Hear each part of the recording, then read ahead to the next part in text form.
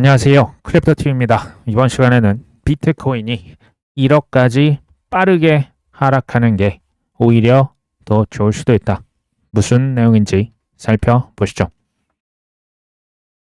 최근에 가격이 그렇게 좋지 않죠. 워런 버핏 얘기를 한번 가져와 봤습니다. 주식 투자 경력만 70년 이상이 되신 분이거든요. 주식 시장은 인내심 없는 사람의 돈을 인내심 있는 사람에게 이동시키는 도구다. 코인 시장은 다를까요? 저는 같다라고 생각합니다. 10년 이상 보유하지 않으려면 단 10분도 보유하지 말아라. 주식은 안 파는 기술이다라고 얘기했죠. 가치 투자, 장기 투자의 대가 워런 버핏은 좋은 기업들을 골라서 오랜 동안 보유를 하면서 복리 효과를 가져갔던 이런 그 투자법이 유명하죠. 그는 주식을 사야 할 때가 바닥을 쳤을 때 사는 게 아니고요. 소스를 좋은 소식, 호재를 들었을 때가 아니고요. 반토막을 견딜 자신이 있을 때라고 얘기를 하거든요. 그러니까 우리는 바닥이 언제야? 바닥이 얼마야? 이걸 우리는 항상 맞추려고 합니다. 맞췄으면 좋겠죠. 근데 이게 잘 되시던가요? 워런 버핏은 바닥을 잡으려고 시도를 안 합니다. 어차피 못 맞출 거라고 얘기를 여러 번 한 바가 있죠. 오르기 전에 딱 그냥 들어가면 그때 사면 좋죠. 근데 이게 쉽지 않은 겁니다. 기다리기가 싫은 게 우리 일반 투자자들의 심리인 거는 맞지만 지금 코인으로 한번 제가 바꿔보겠습니다. 주식은 반토막이라고 하는데 코인은 매수 타이밍은 제가 볼 때 최소 3토막, 4토막을 견딜 자신이 있으면 전 매수 타이밍이라고 생각합니다. 왜? 견딜 수 있으니까. 반대로 3토막을 만약에 견디지 못한다면 마이너스로 하면 마이너스 60% 70% 이걸 내가 못 버틴다라면 코인 말고 다른 거를 하시는 게 저는 훨씬 더 좋을 수 있다라고 생각합니다. 부동산이 더 좋을 수도 있습니다. 이분은 항상 똑같은 얘기를 했어요. Don't time the market. 시장 타이밍 잡지 마세요. 라고 항상 언급을 하셨었죠. 그 대신에 경쟁 우위에 있는 기업, 저는 이것을 항상 우량 코인, 우량 자산이라고 표현했는데 똑같은 표현입니다. 경쟁력 있는 기업과 그 코인 프로젝트를 싸게 사셔서 오래 들고 가시면 좋겠다. 저는 워런 버핏도 좋아하는데요. 피터 린치를 사실 개인적으로는 더 좋아합니다. 1시간, 2시간 만에 거래를 해치우는 데이 트레이더조차도 자신을 장기 투자자라고 생각한다. 자신이 단기 투자자임을 인정하는 것보다 차라리 마약 중독자라고 인정하는 편이 더 쉬울 정도다. 단타는 우리가 알죠. 계속 롱들이 청산되고 잊을만 하면 또 롱들이 청산되고 정말 계속 피가 철철 흘러 넘치는 최근 시장인 것 같습니다. 단타는 그러고 보면 끊기 힘든 중독인 것 같기도 합니다. 결과가 좋았으면 좋겠지만 대부분은 아마 이게 쉽지 않으리라고 이제 추정이 됩니다. 또 한번 피터 린치가 이런 얘기도 했었죠. 부동산에서는 돈을 그래도 많이 벌던데 주식에서는 돈을 잃는 이유가 있다. 집을 선택하는 데는 몇 달, 심지어 몇 년을 공부도 하고 투자도 하고 알아보시지만 주식 선정은 몇 분 만에 끝내기 때문이다. 제가 가장 좋아하는 명언은 이겁니다. 여러 번 보여드린 바가 있습니다. 투자의 성공 여부는 얼마나 오랫동안 세상의 비관론을 무시할 수 있는지에 달려있다. 전 이 말을 믿거든요. 제가 실제로 경험을 하고 있고 아마 이 얘기를요 들으실 때는 맞아 라고 동의하실 수가 있는데요. 최근에 뉴스를 보면 온통 악재 뉴스 작정이라도 한 듯 쏟아지고 있습니다. 잠깐 한번 보여드립니다. 비트코인이 장기 약세 시그널이다. 이건 이제 차트 분석을 하시는 분 같아요. 75,000달러까지도 떨어질 수가 있다. 왜냐하면 이 지금 맥디라고 하는 히스토그램 여러 지표 중에 하나입니다. 이게 약세로 지금 추세가 전환됐어. 이거는 2014년, 2018년, 2022년 주요 약세장 초기마다 있었어. 그러니까 우리는 여기서 더 쭉 밑으로 떨어질 것 같아. 비트코인이 84,500달러 지지선을 밑으로 들어간다면 7만 한 5천 달러에 이어서 7만 달러 초반대까지도 떨어질 수 있다.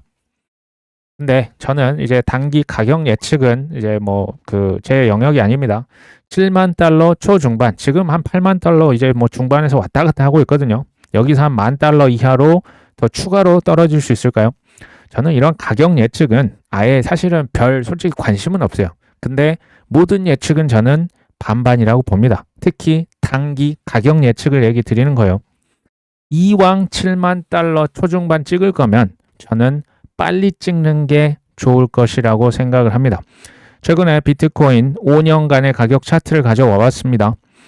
지금 8만 5천 달러 왔다 갔다 하는데 7만 달러가요. 그냥 하나로 제가 대략 바꾸면 1억이 살짝 넘습니다. 한 1억 원 정도 하겠습니다. 그리고 8만 달러는 대략 1억 2천만 원 정도 합니다.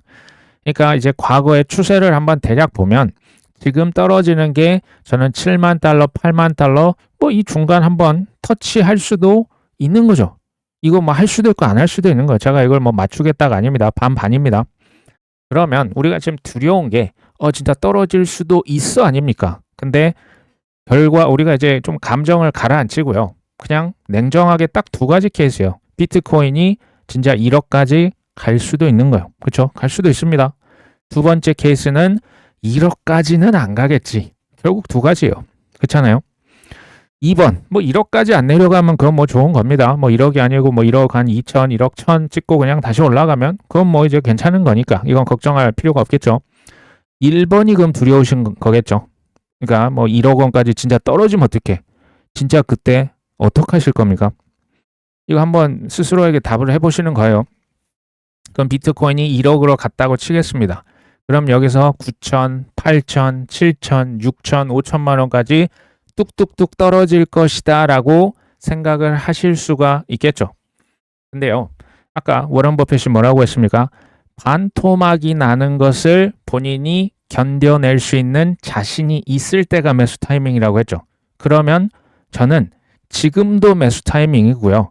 비트코인이 1억을 가도 저는 매수 타이밍이 될 수 있다고 보고요. 8천만 원 떨어져도 매수 타이밍 아닙니까?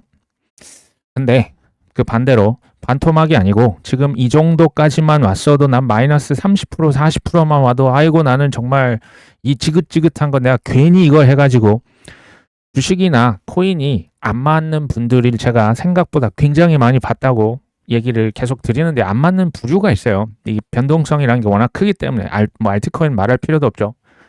그러면 두 번째, 믿음이요. 어떤 분들은 있으세요. 이게 뭐 1억으로 떨어질 수도 있고 뭐 8천만 원 갈 수도 있죠. 근데 결국에는 뭐 2억이 아니고 5억도 가고 10억도 가고 20억도 가고 심지어 100억도 갈 것이라고 믿으시는 일부 아마 분들이 계실 거예요. 그리고 이제 알트코인은 지금 이게 뭐 비트코인 대비했을 때 정말 어마어마한 뭐 마이너스 8, 90% 할인가에 모시고 있죠. 마찬가지 질문입니다. 마찬가지 대답을 하셔야 돼요. 나는 3토막, 4토막이 나도 괜찮다. 지금 할인가도 좋고 여기서 추가 반토막이 계속 떨어져도 나는 더 좋다. 이런 분들이 아주 드물지만 실은 있으실 겁니다. 제가 봤을 때 정상 부류는 아닙니다. 실은 제 얘기입니다. 정상적인 생각은 아니에요. 이게 무슨 반토막에 반에 반토막 가는 게 누가 뭐 이게 어떻게 더 좋을 수가 있습니까? 그러니까 저는 예전에 얘기 드렸죠. 코인은요. 좀 이상한 사람들이 결국에는 그 사람들에게 부가 이제 계속 지금 흘러들고 있다. 뭐 저는 이렇게 봐요. 사람마다 다를 수 있겠죠. 6개월 전에 뭐 제가 기억을 정확히는 언제인지 모르겠는데 비트코인이 만약에 1억까지 떨어진다면 가만히 있지 않을 겁니다 라고 제가 방송을 했던 기억이 나요.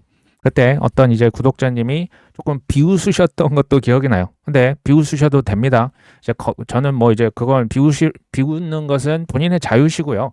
그것조차도 저한테는 어떻게 보면 좀 지표로서 저는 이제 보고 있어요. 비트코인이 뭐 40%가 떨어져요. 반토막이 났어요. 그러면 뭐 아시다시피 나머지 우량 알트코인은 추풍 낙엽이죠.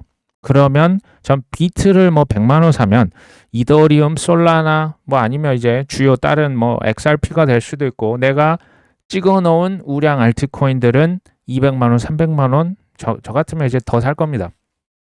그러니까 결국에 비트코인이 뭐 7만 달러 초반 중반까지 떨어질 수도 있고 안 떨어질 수도 있는데요. 떨어질 거면 빨리 저기까지 내려갔다가 그 이제 소위 말하는 차트에서 말하는 그 지지선이요. 그거 터치하는 순간 저는 불확실성이 거의 다 사라진다라고 보고 있어요. 이게 지금 찍냐 안 찍냐 가지고 우리가 지금 이거 막 가슴이 조마조마 하지 않습니까? 차라리 찍어버리면요. 제가 볼 때 비트코인에 대한 그 지금 공부가 숙제가 완료가 되신 분들이 전 세계적으로 생각보다 되게 많으세요. 물론 전체로 보면 얼마 안 되지만 점점 지금 늘어나고 있거든요. 왜냐하면 어차피 우리는 제 능력 기준 바닥에서 살 수 있는 능력이 없고요. 저는 심지어 그럴 필요가 없다라고 생각을 해요. 왜? 저는 제가 바닥을 맞추려고 했지만 정확히 맞춘 적은 없어요. 근접한 적은 있었습니다. 하지만 제가 뭐 꼭지도 마찬가지로 제가 꼭지를 맞췄던 적이 거의 없습니다. 그냥 뭐 어깨에서 몇 번 판 적은 있지만 인정하는 거예요. 어차피 바닥과 꼭지는 내 영역이 아니구나. 그러면 투자해서 힘이 쓱 빠집니다. 힘 빼고 투자하면 저는 결과가 훨씬 더 좋았습니다. 안 좋은 소식 중에 이런 것도 있습니다. 일본에서 이제 그 국채 금리를 올린다. 기준금리 인상이 임박했다. 그러면서 지금 엔화가 살짝 달러 대비 이제 좀 강세로 살짝 전환이 되고 있고요. 12월 19일 이제 일본 중앙은행에서도 금리 인상을 하냐 마냐. 이때 금리 인상 확률이 76%, 내년 1월까지 하면 90% 확률로 금리 인상을 전망하고 있다. 24년도 8월 달에 있었던 엔캐리 트레이드 청산이 또 나올 수 있는 거 아니냐. 이게 이제 시장의 공포를 주입시키고 있는 거거든요. 그때 폭락의 원인이 엔캐리 트레이드 청산 공포. 지금도 이게 지금 시장에 은연중에 지금 깔려 있어요. 그렇죠? 근데 24년 8월 달 이때 공포가 제가 볼 땐 더 컸으면 컸지 적진 않았거든요. 근데 엄청나게 이렇게 움푹 들어갔다가 지금은 그러니까 24년도 이제 9월 달, 10월 달 접어들면서 어느 정도 회복이 됐었고요. 24년 11월 4일에 트럼프 대통령 당선되고 연말에 대폭등이 나왔던 거 혹시 기억하십니까? 엔캐리 트레이드 청산이 됐건 뭐가 됐건 공포가 결국 가격이 이제 떨어지는 악재로 작용을 하냐 안 하냐 이런 것은 실은 반반이에요. 이거 나올 수도 있고 아닐 수도 있어요. 저는 이것을 맞춰버리려고 하는 게 아니고요. 어떤 구독자님이 이런 얘기를 하셨어요. 큰 기회, 큰 수익은 남의 그 공포 있죠. 사람들의 공포를, 특히 최대치의 공포를 돈을 주고 살 때 나온다. 저는 굉장히 인사이트가 있는 우리 구독자님 어떤 분인지 그 댓글 달아주셨는데요. 저는 뭐 이제 전적으로 동의를 합니다. 스트래티지 주가가 지금 뭐 안 좋습니다. 스트래티지의 대표가 나와서 비트코인 매도를 고려한다. 뭐 제 동생이 얘기를 드린 바가 있으니까 MNAV라고 해서 이게 이제 1보다 밑으로 내려가면 이제 비트코인을 팔 수도 있다. 근데 이게 지금 매도를 고려하겠다. 가능성. 맨날 이런 얘기 제가 주의하라고 계속 얘기 드렸죠. 저는 사실 비트코인 현물 ETF도 그랬고요. 스트래터지가 비트코인을 이렇게 사고 있는데 스트래터지의 대주주가 뭐 뱅가드다, 블랙락이다, 뭐 JP모건이다. 이 자체가 저는 마음에 솔직히 안 들었어요. 왜? 이것 가지고 장난칠 게 뻔하니까. 맨날 또 판다고 할 테니까. 뒷단에 든든한 뒷배가 있으니까. 그리고 이제 뭐 비트코인 팔 수도 있어요. 근데 아직 팔지는 않은 거죠. 팔 수도 있는데 이런 건요. 조금 가격이 안 좋을 때 굉장히 큰 효과를 발휘합니다. 이걸 그래서 FUD라고 하는 거예요. FUD, 이제 두려움이죠. Fear, Uncertainty는 그 이제 불확실성, Doubt은 뭐 의심하는 거, 회의적인 거 이런 거죠. 마운트 곡스가요. 그 2014년도 2월인가 1월인가요? 해킹이 됐던 것을 지금 10년이 넘게 써먹고 있어요. 이 FUD 10년 넘게 우려먹었고 뒤에서 얘기 드릴 테더 FUD도요. 이거 2017년도부터 계속 나왔던 FUD거든요. 근데 이것도 너무 우려먹으면 실은 잘 안 먹힐 수가 있어요. 그래서 신종 FUD, 뭐 양자 컴퓨터 FUD, 제가 볼 때 이거 앞으로 한 10년간 우려먹을 거라고 얘기를 계속 드렸죠. 신종 FUD도 있고 아니면 기존의 FUD를 업그레이드 시켜요. 테더를 약간 이제 다른 걸로 좀 살을 붙여야죠. 마운트 곡스도 이거 예전 거 너무 오래 써먹었기 때문에 이것을 업그레이드 해서 써야 조금 그래도 퍼드가 먹히지 않을까 합니다. 개인적으로는 뭐 이번에 스트래터지가 뭐 비트코인을 팔지 뭐 모르죠. 근데 지금보다는 저 같으면 1년에서 2년 후에 아마 그 이제 쓱 밑장을 빼지 않을까 하는 개인적인 추정을 뭐 하고 있습니다. 중요한 것은 뭐 지금 팔든 뭐 1, 2년 후에 팔든 이게 디스코 팡팡인데 그냥 적당히 뭐 한 30도, 15도 이렇게 왔다 갔다 하고 15분 있다 끝나는 게 아니고 공중 회전을 이제 멈출 때가 되는데 무제한으로 720도, 1080도씩 돌려버리죠. 그러면 가짜 믿음은 돈을 탈탈탈 털리는 거고요. 진짜 믿음, 그러니까 그 인내심이 있는 쪽으로 계속해서 돈은 또 그때도 이동을 할 겁니다. 아더 헤이즈가 테더에 대해서 일종의 공격을 했습니다. 테더를 딱 보니까 금리 인하에 베팅하고 있네. 얘네들이 그러니까 미국의 단기 국채도 많이 들고 있는데요. 금이랑 비트코인도 좀 들고 있거든요. 금이랑 비트코인이 30% 정도 떨어지면 지급 불능이 될 수가 있다. 테더 이거 끝나는 거 아니야? 이런 거요. 감사 보고서를 이제 분석을 해봤었거든요. 테더가 무용지물이 될 수도 있어. 왜? 담보가 가격이 30% 떨어지면 자기 자본이 전액 잠식될 수도 있지. 그러면서 실시간 재무제표를 확인해 봐야 될 것 같아. 그리고 이제 테더의 대주주입니다. 하워드 루트닉 그 미국의 상무부 장관 있죠. 켄터 피츠제럴드 그 아들들을 지금 사장으로 지금 세워놨습니다. 여기에 대상으로도 언론에서 공격이 있을 것 같은데 이제 타더 퍼드를 뭐 이런 식으로 유포를 할 것 같은데라고 지금 뭐 의견을 제시를 했습니다. 테더의 현재 그 담보 자산을 보면요. 미 국채가 한 75% 정도 되고요. 금이나 비트코인이 대략 5%에서 많으면 7, 8% 왔다 갔다 합니다. 금, 비트 각각 5에서 뭐 7% 정도 됩니다. 근데 지금 테더 퍼드가 뭐 그런 거잖아요. 이제 가격 떨어지면 이거 이제 뭐 자산 가치가 떨어지니까 그 담보가 아마 이게 쓸모 없어질 것이다. 옛날 꼭 그 테라루나 느낌이 지금 나는 거죠. 과거에 테라루나도 있었고 22년도에 스트래터지도 이제 가격이 비트코인 워낙 떨어지니까 실제로 제 동생이 얘기를 드렸었죠. 살짝 팔았다가 나중에 비트코인 다시 사서 메꿔놓던 전력도 있어요. 그때 야 비트코인 얼마까지 떨어지면 니들 마진콜 당할 걸 청산될 것 같은데 그거랑 지금 거의 뭐 똑같은 의견이라 보시면 돼요. 한번 테더 퍼드를 제 생각에는 업그레이드 시켰다라고 보여져요. 근데 이게 또 말입니까? 실제 행동입니까? 실제 팔았습니까? 아니죠. 팔 수도 있어. 지급 불능이 될 수도 있어. 이런 거죠. 말은 항상 조심하셔야 됩니다. 테더, 바이낸스, 트론, 뭐 중국계 퍼드 있잖아요. 이 3종 세트 맨날 써먹었던 게 지금 왜 또 쓸까요? 이게 신기한 게 가격이 떨어질 때 이걸 쓰잖아요. 누군가 또 기가 막히게 속습니다. 그러니까 계속 쓰는 겁니다. 저는 미 국채를 100% 담보로 돈을 찍는 것보다는 미 국채보다 뭐 비트다, 금이다, 다른 것들을 초우량 자산, 미 국채보다 비트코인 잡을 때 당연히 훨씬 더 담보력이 앞으로 커질 겁니다. 뭐 금도 말할 것도 없고요. 저는 테더 방식이 훨씬 더 안전한 방식이라고 개인적으로 생각을 합니다. 주기영 대표가 아더 헤이즈가 이 얘기를 한 걸 보고 아더 헤이즈 말 좀 해석 좀 해드릴까요? 아더 헤이즈 말 나는 지금 코인 다 팔았고 코인 가격이 폭락했으면 좋겠어. 왜? 그 밑에서 싸게 코인들 많이 살 수 있으니까. 주기영 대표가 살짝 비웃는 뉘앙스죠. 저는 일리가 있다고 봅니다. 근데요, 우리가 이제 그 코인 투자 좀 오래 하시면 아더 헤이즈 뭐 이 녀석 이제 욕하기가 쉬운데요. 제가 봤을 때는 그 감정적인 대응을 하시기보다는 냉철한 이성과 판단을 하시는 게 훨씬 저는 도움이 될 거라고 봅니다. 제가 보니까 지금 마치 무슨 연합군 세력처럼 한 마음 한 뜻으로 코인의 폭락, 특히 개미 털기를 유도하는 형국이 펼쳐지고 있습니다. 제프 팍이라고 하는 뭐 한국계 미국인 같습니다. 이분 역시도 이 얘기를 이렇게 지적하네요.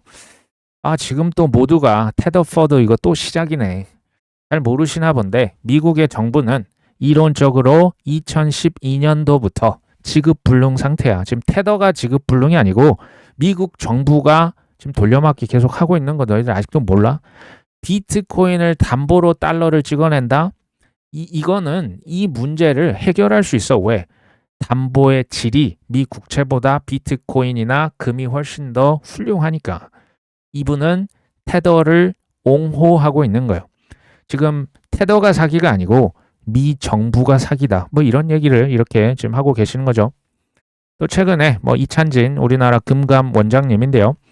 비트 해킹 사고는 이거는 신뢰의 문제다. 그냥 넘어가면 안 된다라는 발언을 최근에 하셨습니다.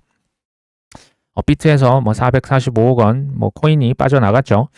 이것도 언급을 하셨었고 네이버와 두나무 합병도 언급을 하는데 그렇게 좋은 뉘앙스는 아닙니다.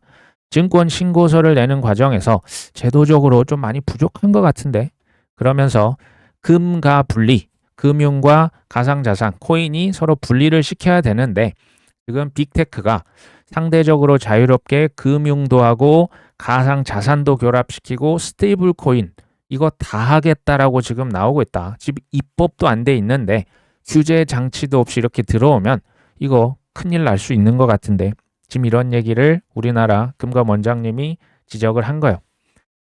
저는 뭐 슈퍼 개미 투자자, 뭐 주식 투자자로 알려져 있는 뭐 박두환 님이 이런 얘기를 하셨는데 제가 인상 깊게 들었습니다.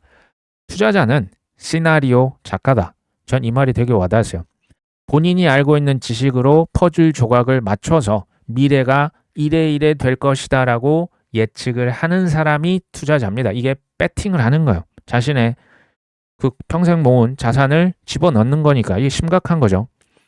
제가 자꾸 예측을 안 한다라고 하는 것은 이것도 오해가 있으세요.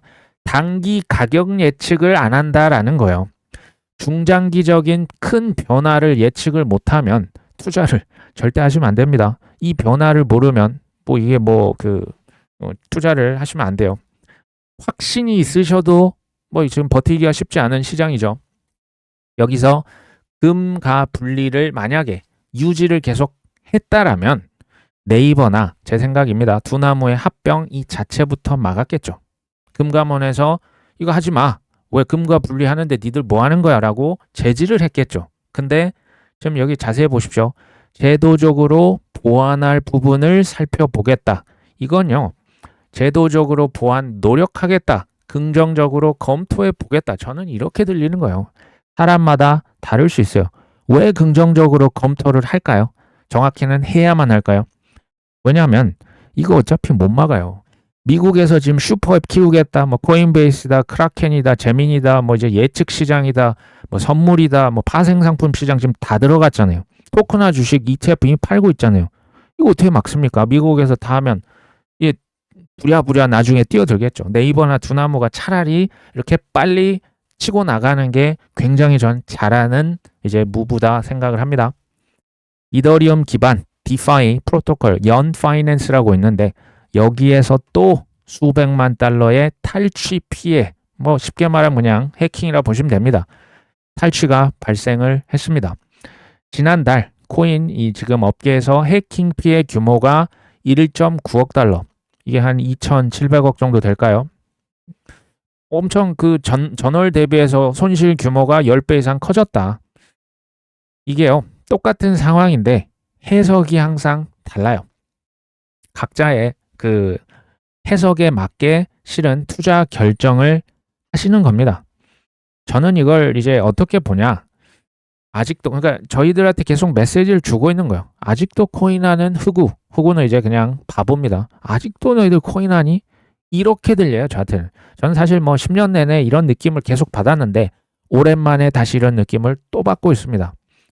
제가 뭐 성공 투자하시는 분이 2% 남짓 될 것이다. 이분들이 뭐가 다를까요? 저는 이렇게 보거든요. 남들은 못 봅니다. 분명히 보여줬는데 못 봐요. 눈이 있는데 못 보는 거예요. 왜? 나만 볼 수 있습니다. 이것은 믿음이 있는 사람들만 볼 수 있는 영역이에요. 보여주니까 믿는다. 그건 이제 일반 분들이라 보시면 됩니다. 또 하나 다른 점은 뭘까요? 남들은 다 못 버텨요. 버틸 수가 없죠. 위에서 아래로 그냥 뭐 360도 멈추지 않고 흔들어 버리는데 다 나가 떨어지는 게 정상입니다. 근데 어떤 특이한 분들은 잘 견디고요. 심지어 막 추매를 합니다. 이 정상이 아닌 거죠. 제가 볼 때는. 이런 분들은, 저는 극소수들은 아마 끝내 좋은 성과를 거두실 것으로 봅니다.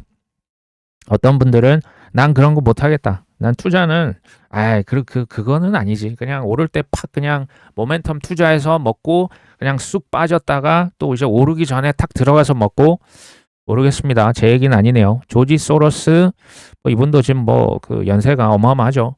좋은 투자라는 것은 원래 지루한 것이다. 만약 투자가 즐겁다면 돈 벌 가능성은 높지 않을 것이다. 좋은 투자가 매우 지루한 거라고 얘기하네요. 뭐 투자의 귀재 아닙니까?